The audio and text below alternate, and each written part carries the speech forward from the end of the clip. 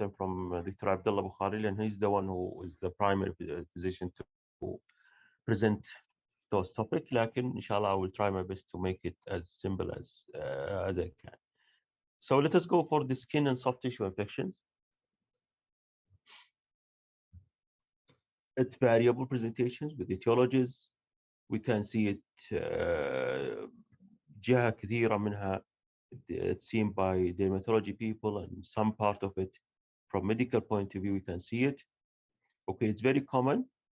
Okay, so if you have I'm sure you know the skin composed of epidermis, dermis, superficial fascia, subcutaneous tissue, deep fascia with muscles. So any infections at the epidermis can give like erysipelas, impetigo, folliculitis.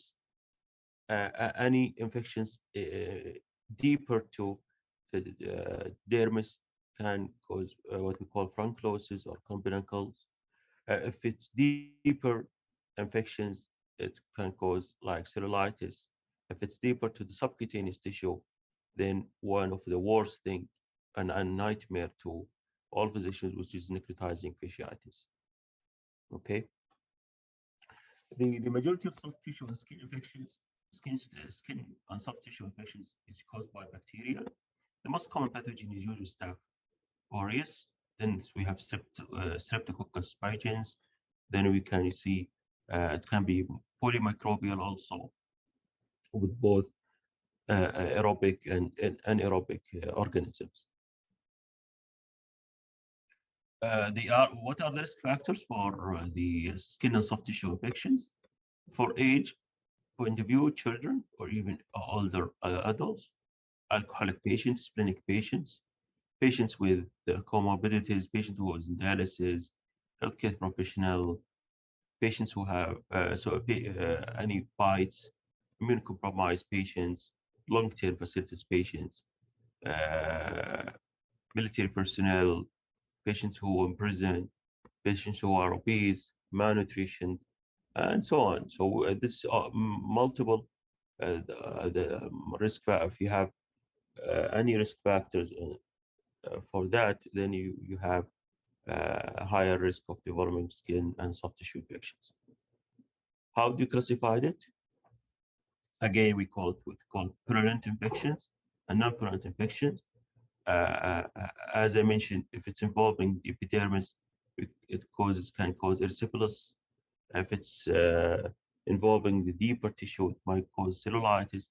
If it's deeper to subcutaneous tissues, it cause necrotizing fasciitis.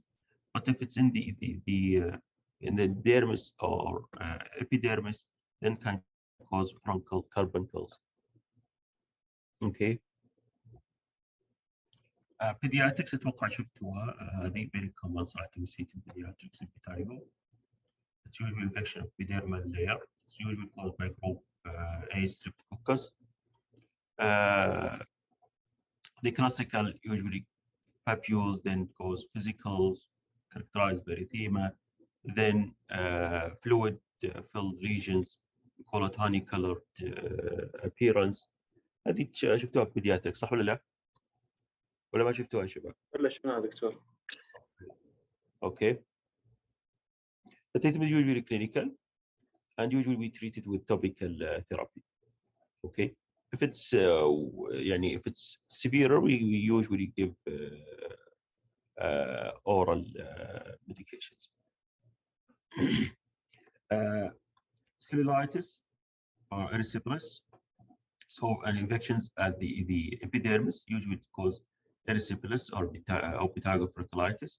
And if you have an infectious process that involves the epidermis, dermis, and subcutaneous superficial fascia, it usually causes cellulitis.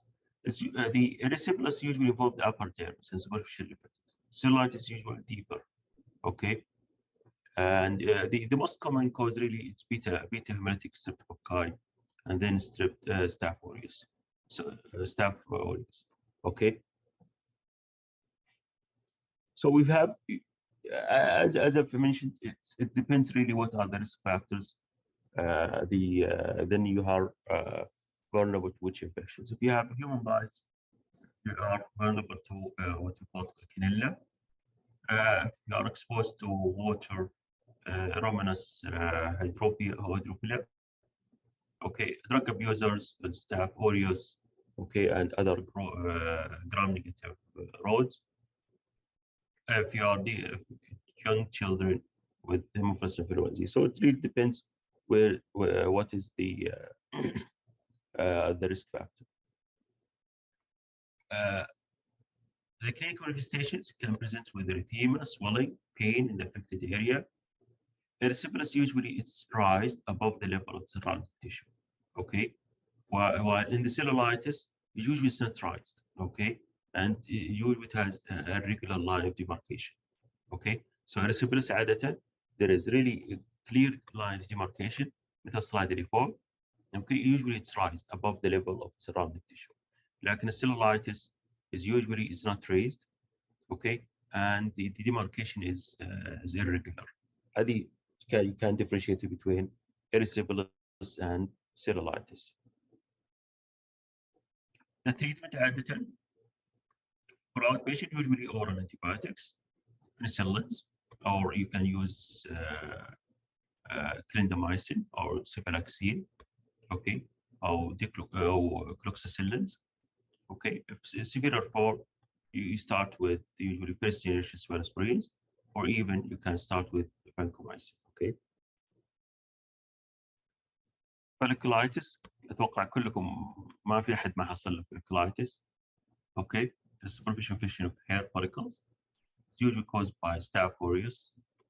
Okay, is usually the pinpointed erythema around the individual hair follicles.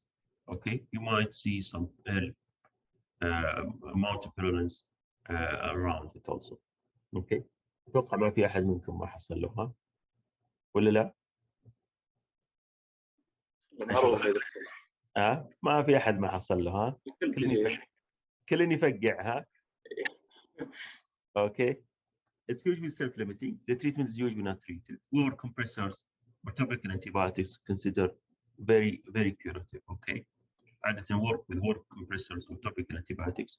It's really if it's needed, it's usually it will resolve. But it's usually self-limited. عادة will be treated. We don't need treatment.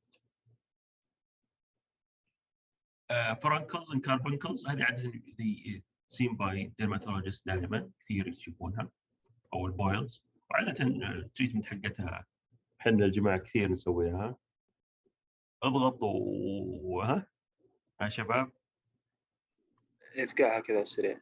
اي والله. اوكي فالبويلز is very common. Okay, the carbuncles is more larger, okay, and more serious than the furuncle. Okay, the patient may present with signs and symptoms of sometimes systemic infections. Okay, عادة treatment can be treated with topical, and even if it's more severe, we'll treat it with penicillins عادة. Sorry. Okay, if you have a skin abscess, then you have to check gram stain with culture, and you might see if there is a stent, or if there is an extent to an abscess. The treatment عادة for any abscess is usually incision and drainage. Okay. And if it depends really what are the organisms. If you are dealing with MRSA, MRSA, which is methicillin resistant staph aureus, and this can be as a community, then the treatment usually can be clindamycin, vancomycin, linezolid, doxycycline, and so on. Okay. For MSSSA أو احنا methicillin sensitive staph aureus, عادة we can use penicillins. Okay, عادة we can use penicillins. The most severe form of really skin and soft tissue infections is necrotizing fasciitis. Necrotizing fasciitis, which is an infection of deep structure of the skin involving the fascia. And usually there is necrosis of the muscles, and there is you will see some gas. Okay, it's divided into two types: type A, or type 1, which is the polymicrobial, or type 2, which is monomicrobial. The type 1, which is polymicrobial, it could be aerobic and anaerobic, and usually it follows the some surgeries for diabetic patients, intravenous drug abusers. Okay. The type 2 usually step genes and other organisms which Vibrio vulniculus, okay, or MRSA, or due to Clostridium perfringens. Okay. The clinical presentation in early, there will be skin erythema with warmth and tenderness. Okay, the pain is usually out of proportion of examination. The skin changes spread and progress very quickly. Okay, so you need to be really, if you thought about it, you have to exclude it. You will feel some crepitus.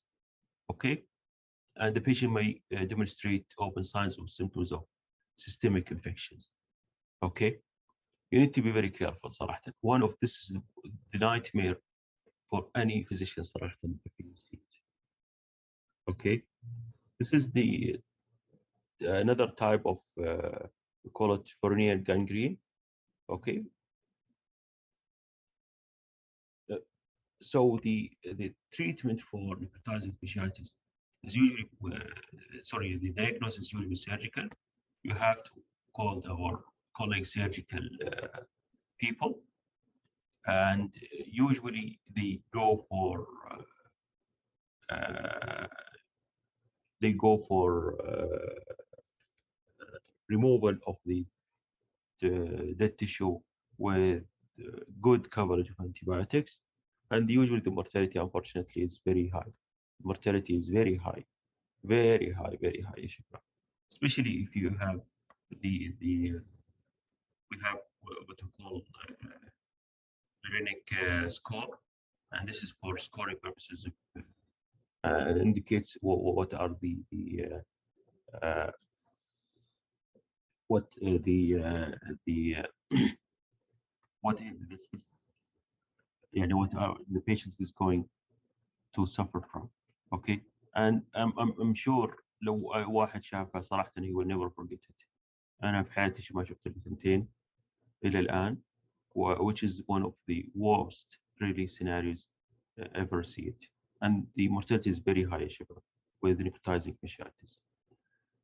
It's a medical and surgical emergency. Usually it needs surgical debridement, good antibiotics, and the treatment, the empirical antibiotics we can give clindamycin, vancomycin plus piperacillin tazobactam, or even worse with the even more with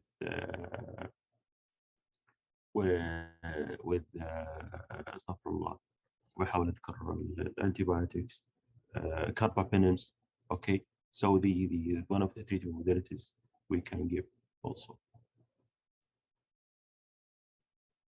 هذه مواضيع اتوقع we went through it. Okay, impetigo is usually the treatment topical. Erysipelas, if there is systemic devastation or worse, we can give systemic antibiotics. Cellulitis is usually systemic antibiotics. Folliculitis عادة not needed antibiotics, and usually with hot compressors. Furuncles, carbuncles, it depends. We do incision and drainage and antibiotics. Necrotizing fasciitis, surgical department is crucial with good coverage of antibiotics.